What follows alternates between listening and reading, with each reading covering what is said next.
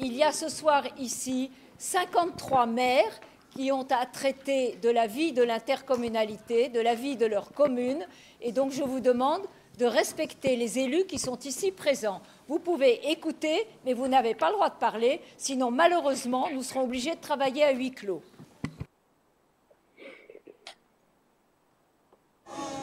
Madame la Présidente, vous envoyez un drôle de message d'ouverture en début de conseil. Monsieur Salito, si vous voulez bien commencer à faire l'appel, s'il vous plaît. Oui, Caroline Cailleux. Présente. Gérard Hédin. Présent. Béatrice Lejeune. Arrivé. Jacques Doridam. Présent. Brigitte Lefebvre. Dominique Cordier. Jean-François Dufour. Il a donné un pouvoir à Jacques Doridam. Victor Debilco. Présent. Loïc Barbaras. Présent. Émeric Bourlot. Présent. Je suis moi-même présent. Christophe Tabary. Copard est là? Non. Charlotte Collignon. Alice Hanoun. Présent. Dominique De Villers. Franck Pia. Philippe Van Valgem. Lionel Schiss. Il a donné un pouvoir à Franck Pia. Hubert Van Essecker. Christophe Delalmede. Laurent Delair. Sandra Plomion. Grégory Palandre. Martial Duflot. Patrice Asbrook. Laurent Delmas. Il a donné un pouvoir à Christophe Tabary. Catherine Thieblin. Elle a donné un pouvoir à Antoine Salito. Morad Lagrari. Jean-Louis Van de Bury. Jean-Charles Paillard. Il a donné un pouvoir à Monsieur Delamède. Cédric Martin. Il a donné un pouvoir à Sandra Plomion. Jean-Marie Durier. Dominique Moret. Monette Simone Vasseur. Hubert Prott. Jean-Jacques Degouy. Il est en visio. Johnny Carminati. Noël Verschave. Henri Gaudissart. Il a donné un pouvoir à Jean-Paul Amance. Jean-Pierre Sénéchal. Dominique de Villers vient d'arriver, si vous voulez bien le noter. Jacqueline Ménoubé. Philippe Désirest. Madame Tranchant est en visio. Voilà, est en visio pour la commune de Guignecourt. Jean Levoire. Joël Carbonnier. Marie-Claude De Villers. Christiane Herman. Elle est excusée. Dominique Dupil. Martine Delaplace. Elle est en visio. Michel Routier. Visio aussi. Régis Langlais. Patricia Iberti. Elle est en visio. Philippe Enjolras.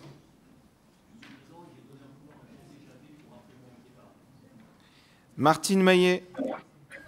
Laurent Lefebvre. Christian Demey. Bernard Doise en visio. Claire Marais-Beuil. Elle est absente. Catherine Candillon. Présente. Thierry Horry. Marcel Dufour. Il est en visio. Armel Le Gall.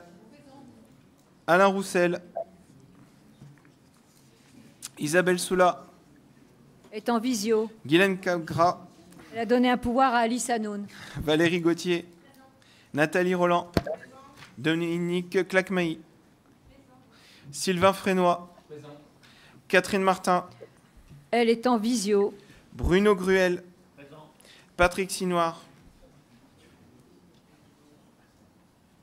Francis Bellou. Corinne Fourcin. Elle est en visio. Présente en visio. Éric Miclotte. Présent en visio. Charles Loquet. Présent. Mamadou Batili. Absent. Samuel Payen. Il est en visio, oui. Philippe Vibert. Il a donné un pouvoir à Yannick Matura. Mamadouli.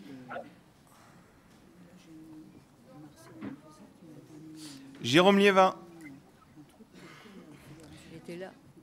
Anne-Françoise Le Breton, Elle a donné un pouvoir à Isabelle Soula. Farida Timmerman, David Magnier, Il a donné un pouvoir à Claire Beuil, mais comme elle n'est pas là. Christophe Gaspard, David Crevet, Pouvoir à Gérard Hédin. Yannick Mathura, Il est en visio, d'après ce que je sais. Oui, Présent, voilà. présent. Peggy Calins, Elle est absente. Sophie Belperche, Jean-Philippe Amance, Ludovic Castagnier, Leïla Dagdad, Vanessa Foulon, Donner un pouvoir à Loïc Barbaras. Grégory Narzi, Mehdi Raoui, Marianne Sec, Elle a donné un pouvoir à Leïla Dagdad. Alima Karoubi, Frédéric Gamblin, Oui. José Marigno, Atis Killing-Siginir, Elle est en visio. Jean-Marie Siro, Il est en visio. Bonsoir. Roxane Lundy et Alexis Lecouteux. Il y a Sébastien Le Gouy qui est là. Non. Bien. Mes chers collègues, je voudrais tout d'abord vous présenter Fabrice Merlène, qui est le directeur unifié de l'École d'art du Beauvaisis et du CRD. Je crois qu'il est présent dans la salle. Voilà. Bienvenue, monsieur le directeur, et merci de nous accueillir.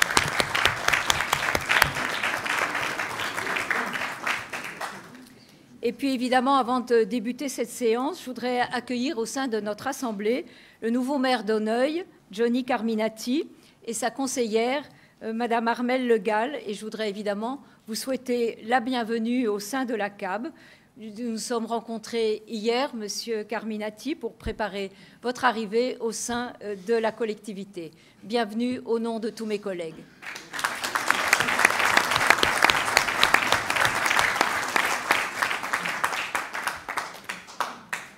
Bien, chers collègues, nous avons reçu en date du 23 mars dernier un projet de motion porté par le groupe Beauvais Osons l'avenir relatif au renouvellement de la concession pour l'aéroport de Beauvais-Tillé. Cette motion est assortie d'une demande au Conseil communautaire d'organiser un référendum local sur le futur de l'aéroport. Je vais donner la parole, alors je ne sais pas, puisque Madame Lundy est arrivée, à Madame Lundy qui va nous présenter le contenu de cette motion et après quoi je reprendrai la parole. Je vous remercie, Madame la Présidente, et je me permets en préambule de redemander s'il est possible d'apporter des chaises au public pour qu'il puisse suivre évidemment nos échanges dans de bonnes conditions. Donc, nous avons en effet déposé une motion qui est la suivante. L'année 2023 sera marquée par la reprise de l'exploitation de l'aéroport de Beauvais, avec la désignation de son nouveau gestionnaire, qui succéderait à la SAGEB pour une durée de 30 ans. Avec de nouveaux records annoncés de fréquentation et un trafic en forte hausse, cette nouvelle concession va profondément transformer l'aéroport et durablement impacter notre territoire.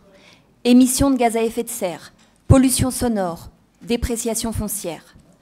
Les habitants du Beauvaisis doivent pouvoir se saisir de ce débat et exprimer leur opinion sur cet enjeu important pour l'avenir du Beauvaisis. Pour ce faire, nous demandons au Conseil d'agglomération d'organiser un référendum local sur l'avenir de l'aéroport et la nouvelle concession. Alors, 30 ans. Le nouveau gestionnaire de l'aéroport sera désigné pour 30 ans. 30 ans, c'est une génération tout entière. Cette décision est évidemment extrêmement importante pour l'avenir de notre territoire et elle ne peut pas être prise en catimini. Elle doit, à minima, être l'objet d'un débat public.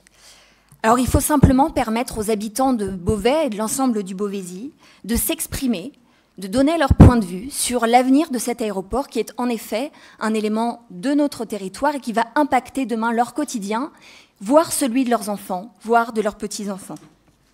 C'est la raison pour laquelle nous avons fait le choix de déposer cette motion pour demander tout simplement l'organisation d'un référendum local au sujet de cette concession et donc de l'avenir de l'aéroport. Alors, mes chers collègues, c'est une question de respect de la démocratie. Un référendum local devrait permettre à chacun de s'exprimer, de débattre, et nous savons qu'en démocratie, le débat est toujours sain, de pouvoir exposer ses arguments, convaincre, tout cela sereinement. C'est le sens de cette motion, tout simplement permettre à chacune et à chacun de s'exprimer sur l'avenir de leur quotidien. Madame la Présidente, vous écriviez vous-même, il y a un peu plus de 2 ans de cela maintenant seulement, dans le cadre du plan climat-air-énergie territorial, le PCAET, conscient de la réalité du changement climatique et de ses conséquences sur notre quotidien, nous sommes de plus en plus nombreux à souhaiter agir pour freiner cette évolution inquiétante qui menace le futur de notre planète et notre qualité de vie. Alors vous aviez raison, je suis d'accord avec vous, Madame la Présidente, nous sommes nombreux à souhaiter freiner cette évolution inquiétante. Un débat doit donc avoir lieu. C'est aujourd'hui une nécessité pour notre démocratie locale et pour pouvoir avancer sereinement tous ensemble sur cette question qui est décisive. Je vous remercie.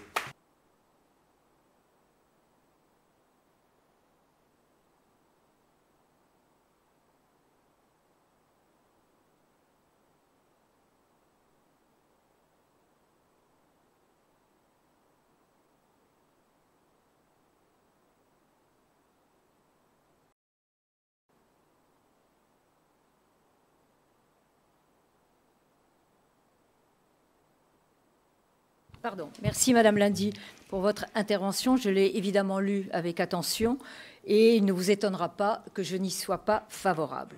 Et d'ailleurs, à propos du référendum d'initiative locale, il faut savoir de quoi nous parlons précisément. Il est utile de connaître le droit, aussi permettez-moi de vous éclairer sur le sujet. La communauté d'agglo du Beauvaisis, qui n'est pas une collectivité territoriale, mais un établissement public de coopération intercommunale, n'est pas habilitée à organiser un référendum local. D'après le Code général des collectivités, seuls les conseils municipaux sont habilités à le faire. Donc, sur le plan juridique, l'agglo n'est pas compétente pour organiser cette consultation. Et si l'on suit votre raisonnement, nos 53 communes membres devraient décider d'organiser un référendum, ce qui me semble, à l'instant où on se parle, assez difficile. Vous connaissez pourtant mon attachement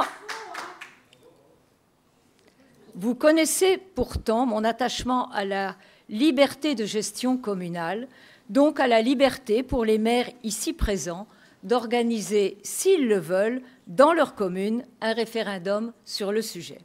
L'agglo n'a pas à se substituer à la souveraineté municipale. Je vous précise également que j'ai pu échanger avec les vice-présidents et un grand nombre de maires de notre agglo qui m'ont eux aussi exprimé leur souhait de s'en tenir à la procédure telle qu'elle est actuellement envisagée et telle qu'elle va se dérouler. L'avenir de l'aéroport, en particulier le contenu de la nouvelle concession, a été largement présenté et débattu dans le cadre du syndicat mixte de l'aéroport de Beauvais-Tillé, notamment au sein de son organe exécutif, le comité syndical, dans lequel siègent des élus de toutes tendances politiques, représentant la diversité politique, géographique et constitutionnelle de notre territoire. J'ajoute que nous avons toujours su, au-delà de nos différences de sensibilité, trouver le meilleur consensus possible pour notre aéroport et les milliers d'emplois qu'il génère.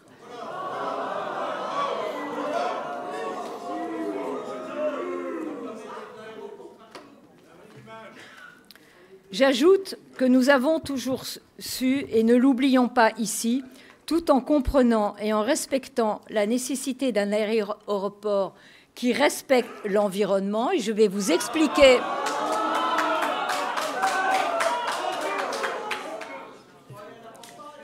Je vais vous expliquer comment. Je voudrais néanmoins. Si vous ne respectez pas la règle du jeu, on ne peut pas échanger. Donc, j'ai des choses à... Je n'ai pas... Madame, vous n'êtes pas habilitée à prendre la parole. Personne n'a bronché pendant l'intervention de Madame Lundy. Je vous demande de respecter ce que j'ai à dire et après, vous pourrez poser des questions. Il ne faut pas nier que cet aéroport propose en termes d'attractivité économique et touristique, de référencement national, voire international, des emplois directs et indirects et du pouvoir d'achat pour les habitants de notre territoire. L'aéroport de Beauvais-Tillé, j'ose le dire, est une chance extraordinaire pour le Beauvaisis. Et puisque dans votre projet de motion, vous nous parlez d'émissions de CO2, de nuisances sonores et de dépréciation foncière, vous me donnez l'occasion ici de vous informer de toutes les démarches que la direction de l'aéroport, à la demande des collectivités propriétaires, je rappelle l'agglo, le département et la région des Hauts-de-France, nous avons engagé depuis de nombreuses années en matière de transition écologique et énergétique. Cette démarche se mesure à l'aune d'actions concrètes. Je suis désolée, je vais être longue, mais je veux vous rappeler l'engagement qui a été le mien depuis 2001. Dès la première campagne municipale en 2001, nous nous sommes en effet engagés, en cas de victoire, à mettre en place un couvre-feu sur l'aéroport de Beauvais. Nous voulions protéger la tranquillité des riverains et cet engagement, nous l'avons tenu. J'ai pris la tâche. Cet engagement, nous l'avons tenu. J'ai pris la tâche du ministre des Transports d'alors, Jean-Claude Guessot, pour réclamer et obtenir le couvre-feu entre minuit et 5 heures. J'ai respecté cette promesse et 20 ans après ce couvre-feu, le seul en France avec Orly, reste très largement respecté. Pour votre information précise, sur les 25 dérogations annuelles possibles, seules 4 ont été utilisées par l'aéroport pour permettre le retour des avions basés. Vous écrivez ensuite « L'année 2023 sera marquée par la reprise de l'exploitation de l'aéroport de Beauvais avec la désignation de son nouveau gestionnaire qui succéderait à la SAGEP pour une durée de 30 ans. » Pour information, les grands aéroports régionaux ont des durées de concession entre 30 et 40 ans, comme c'est le cas pour Strasbourg et Montpellier, qui réalisent 2 fois moins de passagers que Beauvais. Le contrat de concession, néanmoins, fixe le cap des engagements. Je tiens à vous préciser que le nombre de 32 000 mouvements décidés du plan d'exposition au bruit en 2012 n'a pas été dépassé. En 2022, nous sommes à 29 000 mouvements.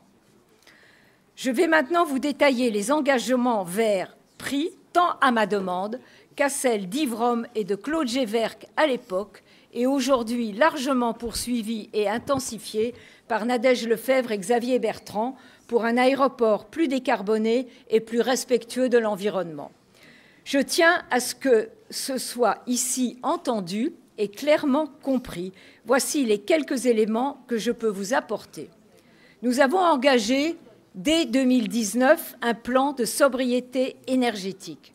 Résultat, les émissions de gaz à effet de serre diminuent. Cela se manifeste par l'installation de sources d'énergie électrique pour les escales des avions ou la conversion de la flotte d'autocars au biocarburant. L'aéroport est actuellement au niveau 2 du référentiel mondial Airport Carbon Accreditation. Nous sommes de nouveau en position de force pour imposer aux opérateurs un programme d'investissement durable ambitieux. Ces efforts, nous voulons les voir décuplés et la durée longue de 30 ans du nouveau contrat sera décisive pour remplir les conditions de ce programme d'investissement. Ce futur contrat aura aussi un cadre, celui de la conformité réglementaire. Nous respectons, et vous l'avez souligné, Madame lundi, les exigences de la loi climat et résilience. Il n'y aura pas d'extension de l'emprise. Deuxièmement, le futur exploitant devra s'engager à réduire ses consommations d'énergie, comme l'exige le décret tertiaire de la loi Elan. Nous nous conformerons, troisièmement, également à la loi sur l'accélération des énergies renouvelables. Nous allons optimiser l'existant avec des objectifs forts à atteindre, la neutralité carbone sans compensation d'ici 2035, les bâtiments à haute qualité environnementale, la production d'énergie verte sur la plateforme, la qualité de service au niveau optimum du référentiel IATA, International Air Transport Association. Enfin, en ce qui concerne le trafic commercial, nous avons réalisé le travail de modélisation économique de l'aéroport sur les 30 prochaines années. L'exercice de prévision n'était pas facile. Il nécessite de travailler sur des données macroéconomiques globales et sur des données propres au transport aérien. La conclusion est que sur les 30 prochaines années, le trafic aérien en Europe devait croître plus modérément que sur d'autres continents. Le taux d'accroissement annuel moyen retenu est de 1,8% à partir de 2030. Jusqu'en 2019, le taux moyen retenu était de 4% et donc le trafic doublait tous les 20 ans. Par conséquent, l'exercice pour l'aéroport de Beauvais donnerait 50 000 mouvements annuels en 2050. C'est facile à retenir. Je le rappelle, le PEB actuel prévoit 61 000 mouvements, dont 32 000 mouvements commerciaux. 32 000. Vous nous alertez sur les nuisances supplémentaires générées par l'augmentation du trafic. J'ai rappelé les efforts entrepris pour baisser les émissions de gaz à effet de serre. Je souhaiterais aussi ajouter que l'aéroport de Beauvais-Tillé n'accueille que des appareils de dernière génération parmi les moins bruyants et les plus sobres. Nous n'avons jamais donné la priorité aux vols de fret ou aux vols d'aviation d'affaires. De surcroît, nous avons toujours souhaité faire plus que la base réglementaire. Les avions les plus bruyants sont interdits. L'aviation civile, d'ailleurs, va faire réaliser à notre demande, alors que ce n'est pas une obligation légale, une étude d'impact d'approche équilibrée qui est normalement obligatoire à partir de 50 000 mouvements annuels. Nous accorderons la plus grande importance sur les impacts possibles de nouvelles restrictions. Vous m'interrogez sur le sujet de la dépréciation foncière. Le SMA-BT suit depuis 2011 les retombées socio-économiques de l'aéroport. Le volet immobilier peut être traité. Cependant, il faut parvenir à isoler l'impact aéroport d'autres tendances plus globales à l'origine des variations. Nous l'avions mesuré en 2012, nous pourrons le reproduire dans cette étude. Sur la place accordée à l'aéroport dans le débat public, je voudrais dire que le SMA-BT a réuni une douzaine de fois son comité syndical de SMA-BT en 2022. De nombreuses commissions et instances existent et sont source d'échanges entre les élus. Services, associations de riverains, notamment la commission consultative de l'environnement, qui est l'outil privilégié de la concertation avec les populations riveraines de l'aéroport, et le groupe de travail Trajectoire, créé par le SMA-BT avec l'aviation civile pour informer les riverains, écouter et prendre en compte autant que possible leurs remarques. Nous n'allons bien sûr pas faire la chasse aux 2600 pétitionnaires dont vous vous prévalez, mais je voudrais simplement vous dire que cet aéroport est encadré par des instances consultatives et une réglementation extrêmement stricte qui borde les actions et les engagements que souhaite prendre l'exploitant de l'aéroport.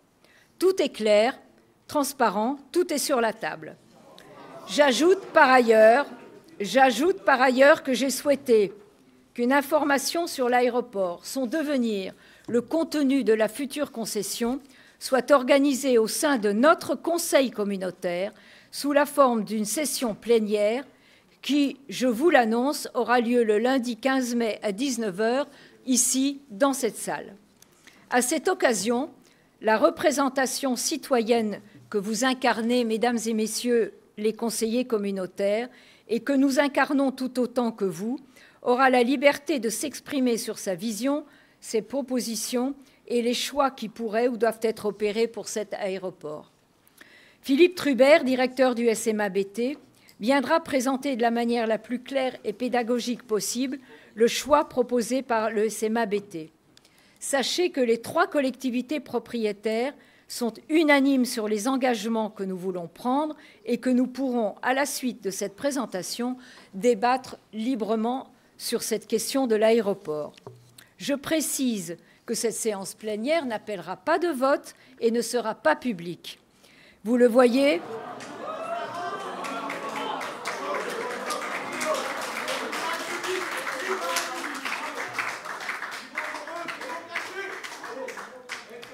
Je crois pouvoir dire avec les collègues que nous avons fait les bons choix pour l'avenir de l'aéroport et des territoires, des choix ambitieux certes, mais raisonnables, qui proposent un développement maîtrisé et équilibré. Et je ne reviens pas sur tous les travaux qui ont été assumés dans les communes qui dépendaient du plan d'exposition au bruit. Nous voulons proposer donc ce développement équilibré de l'aéroport de Beauvais-Tillé. Mesdames et messieurs, mes chers collègues, je mets au vote. Qui vote pour la motion présentée Madame par la Présidente, Lundy? nous aimerions réagir à votre intervention. Je vous remercie. Alors, vous pouvez réagir, mais après ça, nous passons au vote. Nous avons 25 délibérations après à Oui, travailler. nous avons 25 délibérations et nous parlons d'une concession qui va nous concerner pour 30 ans. Je crois que nous pouvons passer un peu de temps sur une question qui va nous concerner pour 30 ans, d'autant plus que vous venez d'annoncer que vous ne souhaitiez pas qu'il y ait plus de débats publics puisque vous refusez ce référendum local. Madame la Présidente, j'ai une question. De quoi avez-vous peur? De quoi avez-vous peur? Si vous êtes si sûr de vos arguments, si vous pensez que tout ce que fait l'aéroport est formidable en matière de transition écologique, de pollution sonore, si vous êtes convaincu qu'aujourd'hui, il n'y a pas 2600 personnes qui ont signé cette pétition, que c'est impossible, parce que ça correspondrait à trop d'habitants du Beauvaisis, alors de quoi avez-vous peur? Pourquoi ne pas vous en remettre à ce référendum local qui, en fait, si on dit bien les choses, peut très bien être organisé? Il ne s'agit pas, et je précise bien, Madame la Présidente, d'un référendum d'initiative. Il s'agit d'un référendum local.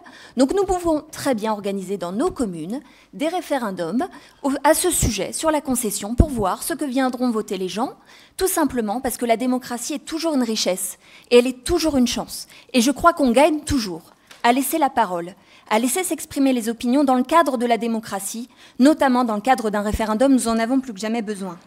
Je vais vous dire, Madame la Présidente, chiche, si vous êtes si sûre de vous.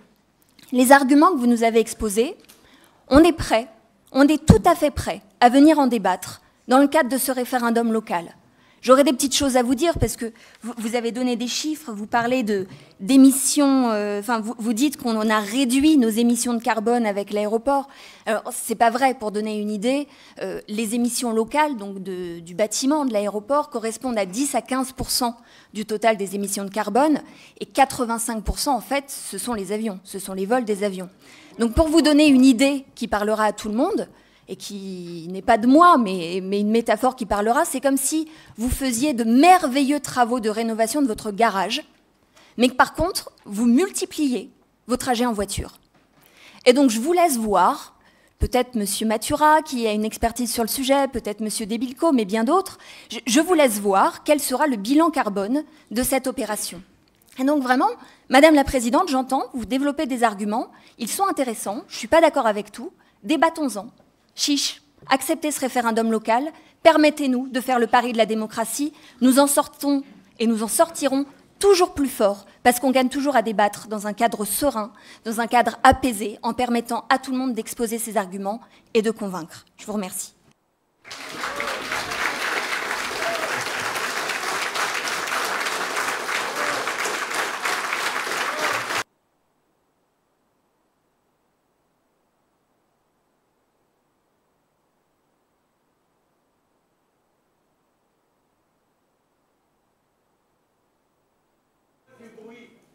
Madame Lundy, je voudrais quand même ajouter que je vous ai donné 2 exemples. Je peux les redire. Les compresseurs électriques qui ont été installés à l'aéroport, qui représentent...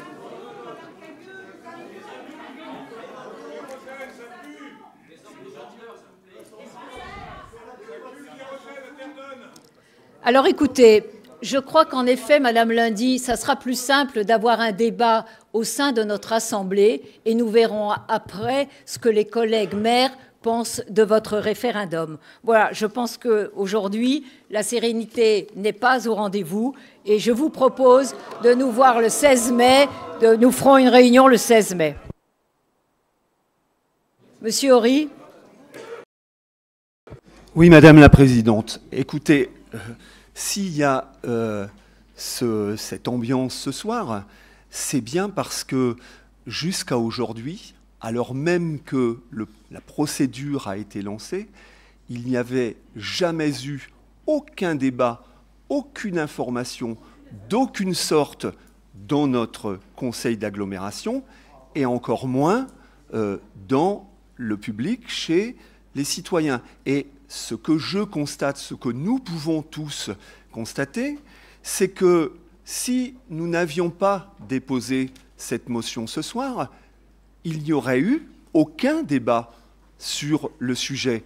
Et j'ajoute que s'il n'y avait pas eu 3000 citoyens qui avaient signé une pétition en ligne, 300 qui se retrouvent en mairie de Thiers hier, 150 qui sont là ce soir, et c'est une très bonne chose. On est tous à regretter que les citoyens parfois se désintéressent. Je constate que les citoyens s'intéressent beaucoup à la chose publique et qui souhaiteraient même être beaucoup plus associés aux décisions. Parce que quand même, vous dites, vous, en quelque sorte, qu'il n'y aurait pas vraiment de légitimité à ce que ce débat ait lieu. Nous sommes notre collectivité, pas les communes, notre collectivité est l'une des 3 copropriétaires de l'aéroport avec le département et avec la région Hauts-de-France. Ce ne sont pas des communes qui sont les copropriétaires, c'est bien notre agglomération. Et d'ailleurs, vous y siégez à ce titre et vous en êtes du coup devenue la présidente du SMABT à ce titre. Donc il aurait été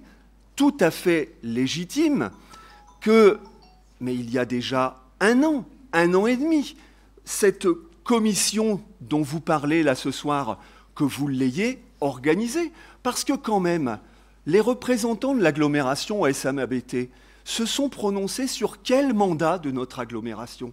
À aucun moment, nous n'avons eu à discuter de cela et à émettre un vote. Donc, chacun des représentants a émis le vote qu'il a souhaité, lui, en son âme et conscience, mais absolument pas au nom de notre agglomération, puisqu'il n'y avait eu jusqu'ici aucun débat. Et on comprend bien que c'est quand même un sacré problème, d'autant que là, on ne parle pas d'une petite subvention, de quelques milliers d'euros, d'un bout de trottoir, et tout ça est très important.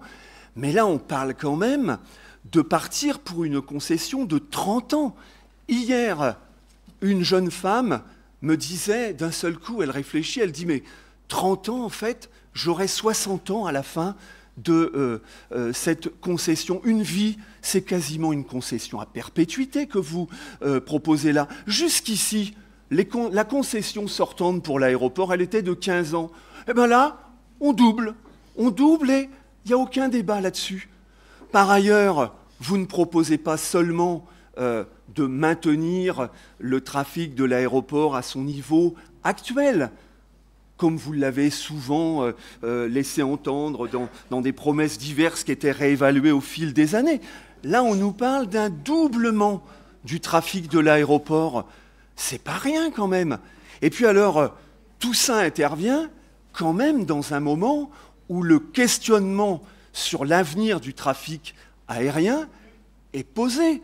Moi, écoutez, Monsieur Pia nous a fait un très beau cadeau au conseil municipal à Beauvais à la fin de l'année. Donc, c'était le livre de Jean Covici, bande dessinée, Le monde sans fin. Donc, je ne sais pas mes collègues s'ils l'ont regardé. Moi, quand on m'offre un cadeau, du coup, je le feuillette attentivement, je le regarde. Et il y a des choses très, très intéressantes. D'ailleurs, je vous conseille peut-être d'ailleurs de l'offrir aussi à tous les membres du conseil d'agglomération. Sauf que, Madame la Présidente, je ne me suis pas contenté de regarder les images et de trouver que c'était joli comme bande dessinée. Ça m'a aussi fait réfléchir et je me suis dit que certainement M. Pia ne nous avait pas offert ce livre, cette bande dessinée, sans raison, qu'il souhaitait qu'on réfléchisse à tout ça. Donc c'est ce que j'ai fait. Et je vous rappelle, pour ceux qui ne le sauraient pas, que Jean-Marc Jancovici, donc, qui est le co-auteur de cette bande dessinée, c'est le président du Shift Project et c'est l'inventeur du bilan carbone. Donc il a une toute petite compétence en la matière.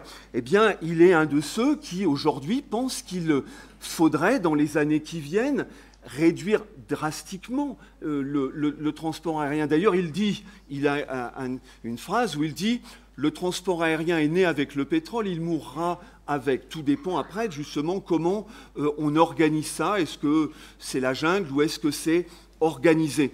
Donc, tous ces questionnements-là, ils sont très importants et on voit qu'ils dépassent simplement les questions locales. Or, non seulement on ne tient pas compte, on a l'impression qu'on prend une décision totalement hors contexte, hors sol, mais en plus, il n'y a aucune étude d'impact. Alors là, j'entends, j'ai pris quelques notes. Là, maintenant, vous nous dites, oh, bah, apparemment, là, vous venez de décider qu'il y aurait une étude d'impact. Alors bon, je ne sais pas exactement, mais tant mieux si c'est lancé aujourd'hui. Mais sauf que la procédure, elle est déjà largement lancée. Donc, donc ça suppose certainement qu'on mette sur pause, comme d'autres ont dit sur le plan national, sur d'autres sujets. Et peut-être, je veux dire qu'on ait cette étude. Il n'y a pas d'expertise scientifique ni climatique sur un sujet aussi important. Et puis, je veux dire, évidemment, ça fait sourire tout le monde et Roxane a eu raison de le rappeler. Effectivement, il ne faut pas qu'on nous prenne quand même pour des sots. Je veux dire, quand on nous dit que le bilan carbone de l'aéroport, l'objectif, c'est qu'il soit zéro. Bah oui, celui de l'aérogare, peut-être il y aura des touillettes en bois à la cafette de l'aéroport, des ruches sur le toit et des moutons quelques-uns sur les gazons. Mais tout ça est très intéressant, il faut le faire, hein, absolument. Mais enfin, on n'est pas très sérieux. Je veux dire, là, on parle quand même d'un aéroport dont les pollutions représentent l'équivalent de la ville de Beauvais. C'est-à-dire que si on double le trafic, on double également les impacts. Mais alors, du coup, y compris, on peut s'interroger. Tout ce que vous racontez, Madame la Présidente, dans vos documents électoraux, dans les documents qu'on nous présente ici sur les enjeux environnementaux, mais donc tout ça, ça c'est le blabla, mais après, finalement, ça n'a aucun impact sur les décisions concrètes que l'on prend au niveau de l'agglo, et même pas de l'agglo, mais de quelques personnes à l'agglo. Non, vraiment, cette manière de gouverner, cette manière de gérer, d'administrer, n'est plus supportée aujourd'hui par les citoyens. Vous le savez, on a déjà eu il y a quelques mois, 2 ans, le sujet de ce pont que vous aviez décidé dans un petit coin avec le PDG d'une grande entreprise et où vous avez mis tout le monde devant le fait accompli. Non, ça n'est plus possible d'administrer, de gérer, de gouverner de cette manière. Il faut absolument, c'est une exigence qui est très forte, grandissante. Les citoyens, les citoyennes veulent être associés aux décisions. Ils veulent comprendre de quoi ils retournent. Ils souhaitent participer. Et certes, la session là, que vous nous sortez très bien avec les élus, mais c'est bien avant, d'une part, qu'il aurait fallu la faire. Mais il faut qu'il y ait un débat public. Qu'est-ce que vous craignez, comme vous a dit Roxane? Qu'est-ce que vous craignez? Si vos arguments sont bons, vous allez convaincre les citoyens et les citoyennes. Et vous entendrez peut-être d'autres choses. Mais le climat de ce soir, finalement, c'est parce qu'à un moment donné, tout le monde écoute calmement. Mais quand on est confronté ensuite à un mur, au sentiment qu'on n'est pas entendu, eh bien là, effectivement, les gens sont énervés et on peut le comprendre. Donc vraiment, nous souhaitons que vous ouvriez en grand ce débat. Nous souhaitons que vous ne balayiez pas d'un revers de main cette idée d'un référendum. Vous êtes gaulliste, je crois, de tradition politique. Vous avez fait un petit peu de chemin ces derniers temps, mais je crois que votre histoire, elle est liée au gaullisme. Et il me semble que l'histoire du gaullisme, c'était aussi le général de Gaulle pensait que quand il y avait des grands sujets, il fallait faire appel au peuple et puis d'ailleurs respecter son point de vue. Donc voilà, on l'inscrit là-dedans et ne trouvez pas des petites arguties juridiques. Non, il y a une volonté politique. Est-ce que oui ou non, nous voulons décider cela avec l'ensemble des citoyens ?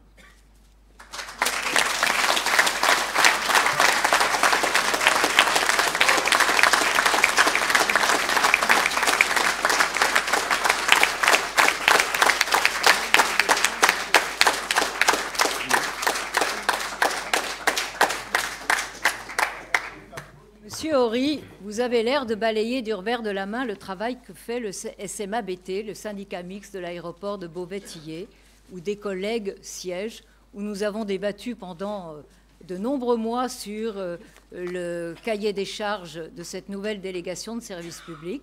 Et donc, c'est au SMABT que revient la responsabilité d'avoir lancé cette délégation de service public. Ça n'est pas à la communauté d'agglomération du Beauvaisis. Des élus qui ont été élus maires siègent dans cette instance et gèrent, comme en toute conscience d'ailleurs, cette nouvelle délégation et l'avenir de l'aéroport. Voilà, nous nous reverrons donc, Monsieur Horry et Mesdames et Messieurs de l'opposition, au mois de mai, où nous vous expliquerons ce qui a été proposé. Ce soir, je regrette, je mets au vote.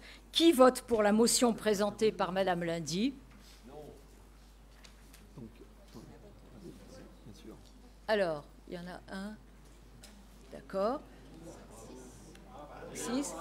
Qui vote?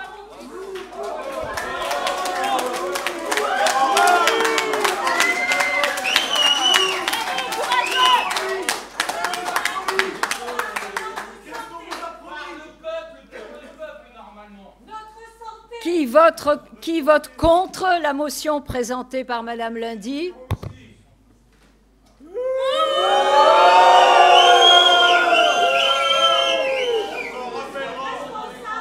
Est-ce qu'il y a des abstentions? 2. Très bien. Mais non, bien sûr que non, il y a des avions. Tillet, monsieur, vous vous trompez. Vous avez sans doute pas lu le journal du dimanche qui dit que c'est le village où il fait bon vivre dans l'Oise.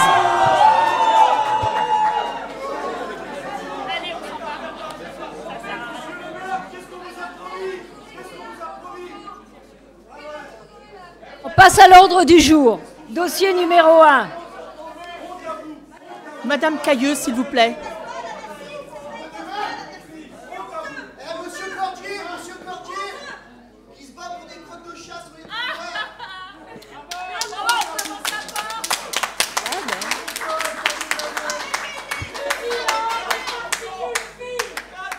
Madame Cailleux, s'il vous plaît. Madame Cailleux, s'il vous plaît.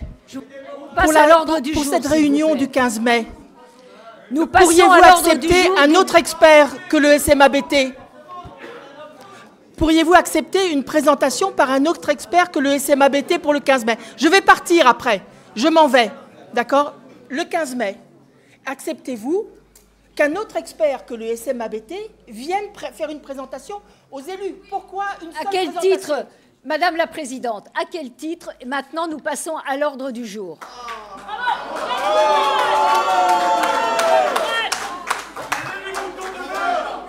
Monsieur Doridam pour la délibération numéro 1. Délibération numéro 1, elle concerne la mise à jour du tableau des effectifs.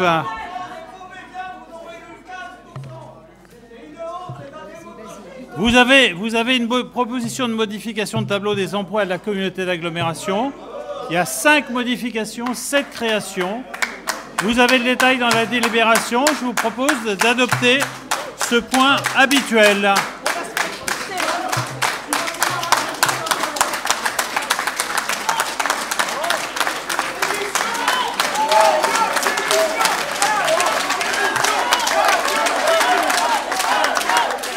Je suspends la séance. On suspend.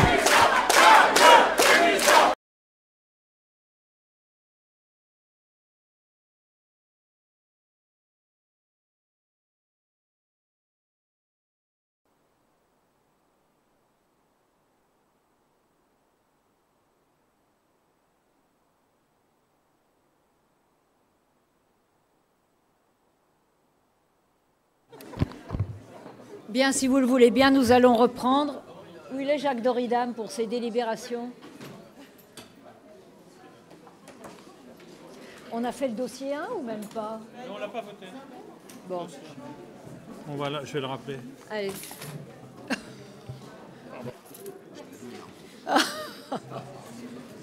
Non? Mais qu'est-ce que tu veux?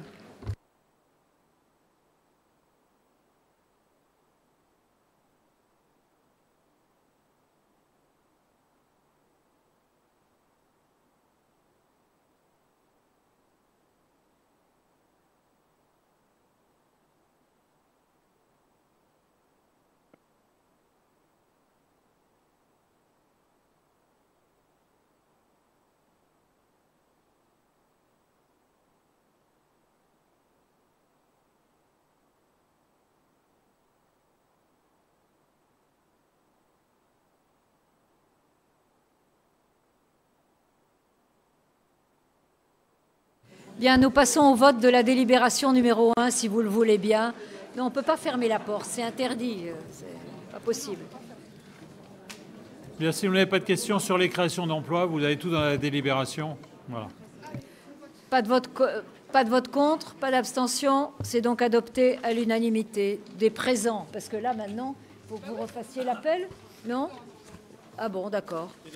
Bien, dossier numéro 2 concerne la désignation d'un membre du conseil communautaire au sein du conseil d'administration du comité des œuvres sociales. Il y a eu des élections au COS de Beauvais qui se sont déroulées mardi 29 novembre 2022 et le conseil d'administration ayant été renouvelé, il nécessite de ce fait une nouvelle nomination d'administrateur. Et il y a un poste pour un élu de la communauté d'agglomération. Alors j'ai cru comprendre qu'il y avait la candidature de Christophe Tabary, n'est-ce pas? Est-ce qu'il y a d'autres candidats pour siéger au COS? Eh bien, je vous remercie. Pas de vote contre, pas d'abstention. C'est adopté à l'unanimité. Dossier numéro 3, Brigitte Lefebvre. Merci Madame la Présidente. Donc, dans ce rapport, il s'agit, par délibération du 10 décembre 2018, la CAB a voté en faveur de la mise en œuvre d'un programme de prévention et d'accompagnement des copropriétés préopérationnelles en direction des quartiers Argentine et Saint-Jean de Beauvais.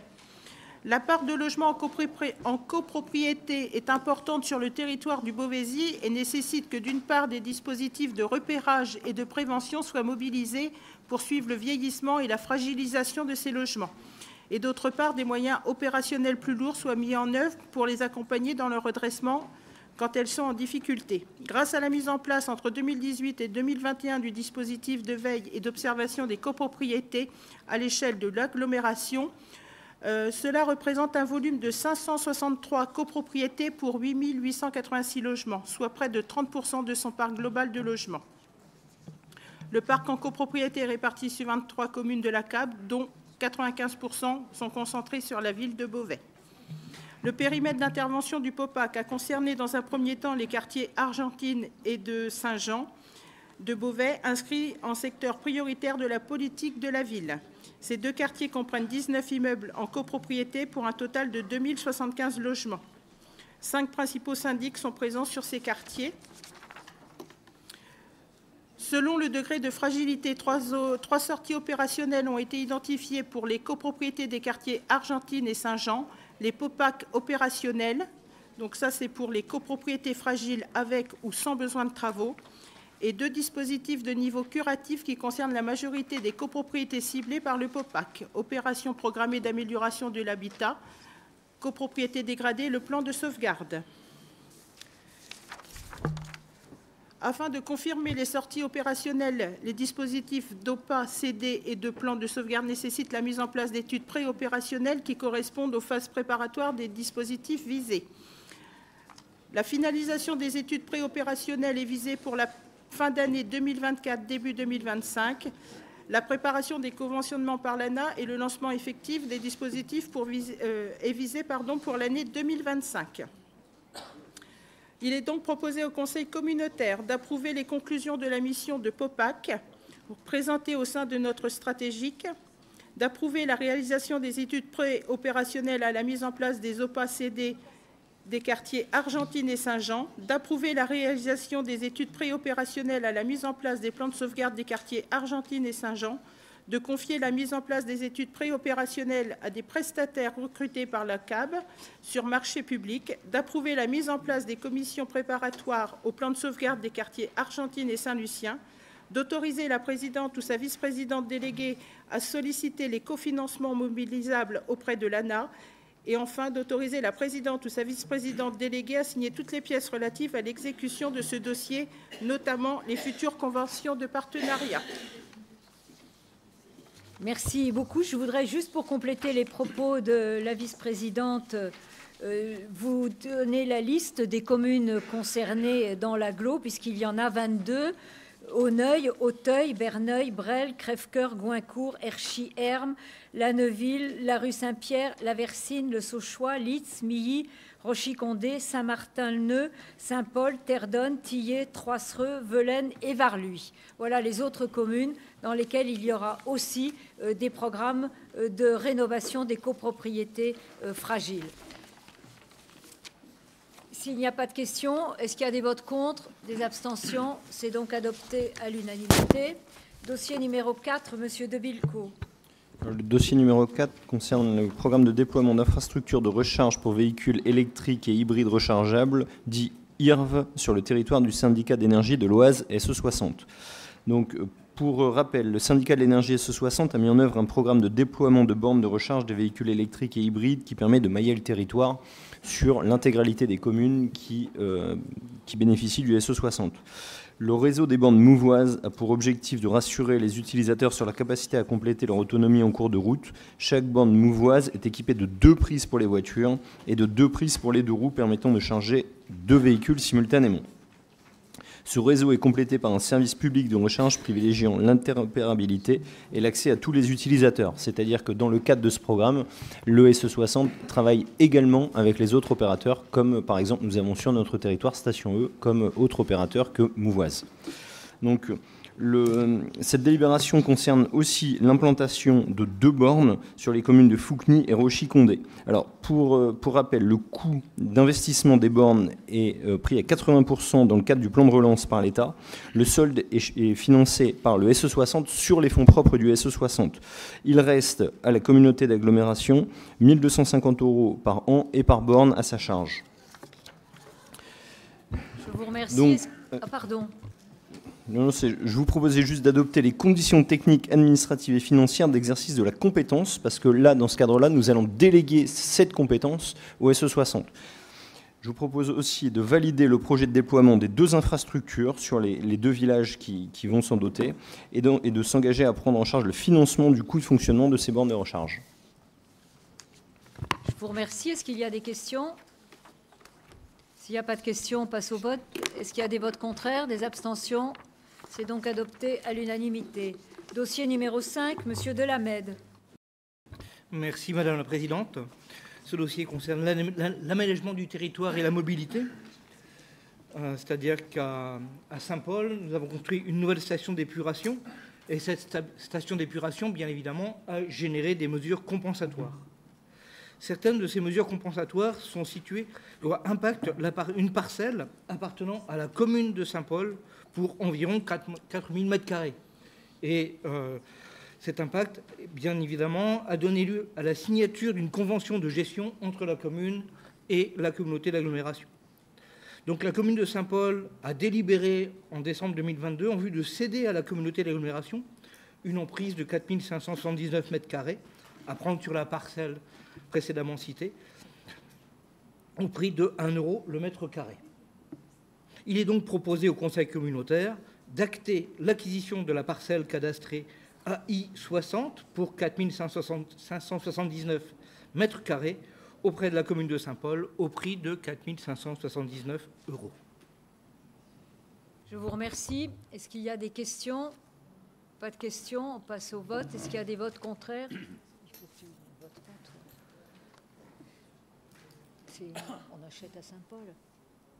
On achète à Saint-Paul. Ils ne votent pas. Je peux donner, tu veux, je peux donner. Gérard Hédin, non? Bon, allez, hop. Pas de vote contraire, pas d'abstention. C'est donc adopté à l'unanimité. Monsieur Hédin, pour le dossier numéro 6. Merci, Madame la Présidente. Ce dossier numéro 6 concerne l'adhésion des Comcom du Pays de Bray et de la Picardie verte au syndicat mixte déjà constitué du Clermontois. Nous avons présenté ce dossier en réunion plénière lundi. Ça n'a posé aucune difficulté. On vous demande seulement au Conseil communautaire de donner l'accord pour cette adhésion. Je vous remercie. Pas de questions. Même vote, unanimité. Dossier numéro 7, Gérard Hédin. Oui, les deux dossiers qui suivent là sont analogues, c'est-à-dire que lorsque nous avons lancé le PLUI, un certain nombre de communes avaient leur PLU ou des études à faire complémentaires, et nous avons décidé d'engager un cabinet qui était à leur disposition pour pouvoir les aider à faire éventuellement des petites modifications de leur PLU. Alors ça a donc été le cas de Varluy, qui a une petite délibération qui a été prise, que nous avons présentée aussi lundi en commission plénière. C'est tout à fait technique, mais ça ne se pose pas du tout de difficulté. Donc je demande à l'Assemblée de bien vouloir accepter cette proposition. Alors, on va voter la 7 puis la 8 sur le plan local d'urbanisme de Varluy. Est-ce qu'il y a des votes contre, des abstentions? C'est donc adopté à l'unanimité. Sur le dossier numéro 8, le plan local d'urbanisme de la commune de Bresles, même vote, unanimité. Je vous remercie. Dossier numéro 9, Philippe Van Ballegen.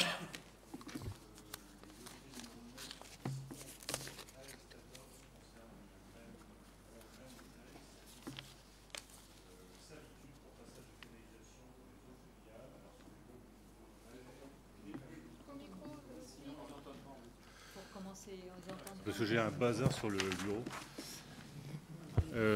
Donc je disais, les délibérations numéro 9, 10, 11, 12, 13, 14 concernent le même objet. Il s'agit de servitude pour passage de canalisation d'eau pluviale sur les communes de Beauvais, Crèvecoeur, Hermes, Le Mont-Saint-Adrien et Savigny. Donc on vous demande l'autorisation pour la présidente de signer tous les documents, les actes notariés qui vont bien, et de prendre en charge évidemment les honoraires en cas d'honoraires. Voilà. Merci beaucoup. Pas de questions. Donc pour le dossier numéro 9, unanimité. Dossier 10, même vote. Dossier 11, même vote. Et dossier 12, ah non, il y a 13 aussi, même vote, et 13 et 14, même vote. Nous passons au dossier 15, Philippe Van Ballegen. Oui, donc il s'agit dans le cadre de du nouveau mode de gestion à venir, de prolonger les contrats de délégation par affermage pour la ville de Beauvais et l'ex-syndicat de Luchy jusqu'au mois de janvier 2024. Donc vous avez les éléments qui vous sont fournis. Donc on vous propose de nous autoriser à prolonger. Je vous remercie. Pas de questions? Attention. Oui, monsieur Horry. Oui, Madame la Présidente, de manière très courte, puisque nous avons eu le débat sur le précédent Conseil d'agglo, et donc, mais pour être cohérent avec le vote contre que nous avions eu sur le lancement de la délégation de services publics rallongée de surcroît à 15 ans, sur le refus d'étudier sérieusement la possibilité d'une régie publique ou d'une société publique locale, et puis aussi on avait terminé là-dessus lors du dernier conseil sur l'incohérence du territoire retenu, Beauvais, et puis 3 communes éloignées de Beauvais. Donc voilà, mais donc c'est tout le débat que nous avions eu lors du précédent conseil, donc nous voterons contre pour rester cohérents avec notre positionnement. Très bien. Est-ce qu'il y a... Alors, vous êtes combien à voter contre? 3, c'est ça? 4? Je ne vois pas, moi. 4, votez contre. Est-ce qu'il y a des abstentions? Les autres élus votent donc pour. Dossier numéro 16, Loïc Barbaras. Merci Madame la Présidente. C'est un renouvellement de convention. L'axe 3 de la stratégie de développement économique du Beauvaisis consistant à faire émerger une économie circulaire et inclusive. Et ensuite, là, cette convention qui a été actualisée, elle vise pour le coup à innover et à apporter de nouveaux outils pour créer de futurs espaces, de nouvelles ressources, afin de soutenir les projets collaboratifs à impact sociaux et environnementaux et mettre en évidence les liens entre des process de haute technologie et une activité qui mobilise des moyens de plus basse qualification. Je pense aux filières du réemploi et de l'upcycling. Depuis 2017, nous nous appuyons sur le pôle territorial de coopération économique, rebaptisé pôle de coopération Oise-Ouest, porté par la Maison de l'économie solidaire, pour coordonner sur le territoire la démarche d'innovation sociale et faire émerger des projets économiques créateurs d'emplois de proximité. La présente convention d'engagement vise à mettre en œuvre la démarche du PTCE grâce à une subvention de fonctionnement de 60 000 €. Les actions à mettre en œuvre sont de plusieurs ordres, ingénierie et gestion de projet, intrapreneuriat et incubation des porteurs de projets, mutualisation de lieux, et puis il y a aussi également un volet prospective. Voilà, on vous demande d'approuver les termes de la convention et nous autoriser à signer la convention ou tout autre document utile à ces fins. Merci beaucoup. Est-ce qu'il y a des questions? Pas de questions. Même vote, unanimité. Dossier numéro 18, c'est aussi Loïc Barbaras. Une nouvelle convention d'engagement pour la gestion des déchets issus des chantiers du bâtiment et leur logistique de réemploi. Par cette convention, nous visons la réduction, la création de déchets et finalement la valorisation par le développement d'une filière de réemploi en circuit court.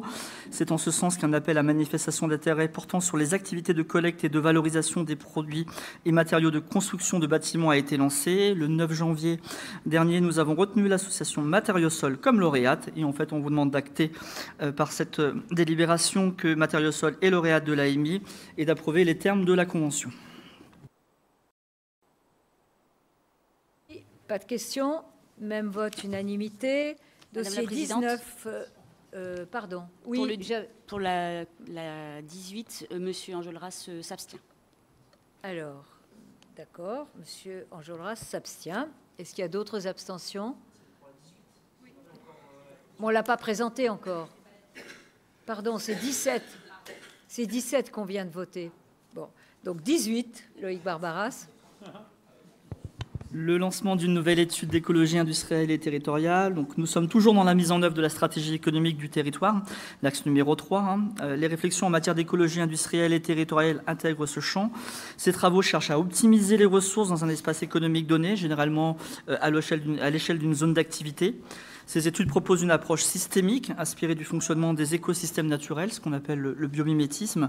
Il est apparu pertinent de lancer cette étude au regard de notre contrat d'objectifs territoriaux et du PCAET, mais aussi de mettre en lumière les multiples bénéfices d'une telle démarche pour le territoire et les acteurs économiques. Je pense aux synergies entre acteurs économiques du Beauvaisis concernant la valorisation des flux d'énergie, d'eau, de matériaux, déchets, de la mutualisation d'outils et des compétences. Donc voilà, on vous demande de nous laisser signer toute la convention et puis d'en accepter les termes. Merci. Merci. Est-ce qu'il y a des questions? S'il n'y a pas de questions, même vote, unanimité. Alors, donc moins une voix, puisque M. Enjolras vote contre. Qui ne prend pas part au vote? Il s'abstient, pardon. Alors, 19, non, il s'abstient. Dossier 19, M. Salito. Merci, Madame la Présidente. Je profite de ma délibération pour faire un peu de promotion pour la maladrerie Saint-Lazare, puisque c'est la réouverture de la maladrerie ce samedi. Je rappelle que c'est un établissement de l'agglomération, donc vous êtes toujours les bienvenus chez vous à la maladrerie Saint-Lazare. Et il y aura un très beau spectacle le vendredi 7 avril, puisqu'il y a l'Adavina, c'est de la pop qui vient des Balkans. Et c'est très rafraîchissant. Je vous propose, si vous êtes intéressé, n'hésitez pas à me faire un petit mail et on vous accueillera avec plaisir pour cette nouvelle saison culturelle. Alors là, il ne s'agit pas de la saison culturelle, il s'agit évidemment de la grille tarifaire de l'école d'art du Beauvaisis, puisque vous savez, les tarifs vont de septembre, l'année commence en septembre, donc nous on vote les tarifs un peu en décalé. Donc il est proposé, après plusieurs années sans augmentation, d'avoir ce coup-ci une augmentation, alors très modeste, puisqu'on propose une augmentation de 1,5% des tarifs, voilà, au sein de cette école d'art. Je ne sais pas si vous avez des questions. Est-ce qu'il y a des questions? S'il n'y a pas de questions, est-ce qu'il y a des votes contre, des abstentions? C'est donc adopté à l'unanimité. Dossier 20, Antoine Salito. C'est le pendant de l'école d'art, puisque moi aussi je me permets de saluer Fabrice Merlène, qui a eu un sacré premier conseil communautaire pour son arrivée donc, au sein de notre collectivité, et qui est donc maintenant directeur des deux établissements. Il s'agit là aussi des tarifs, donc de la grille tarifaire 2023-2024, avec une augmentation de 1,5% des tarifs. Je rappelle que les tarifs sont selon le quotient familial sur le conservatoire, et cette augmentation, pour les plus modestes, sera donc de 1 € seulement. Je vous remercie. Pas d'autres questions. Même vote, unanimité. Eh bien, écoutez, c'est la fin du Conseil communautaire. Je vous souhaite une bonne fin de semaine.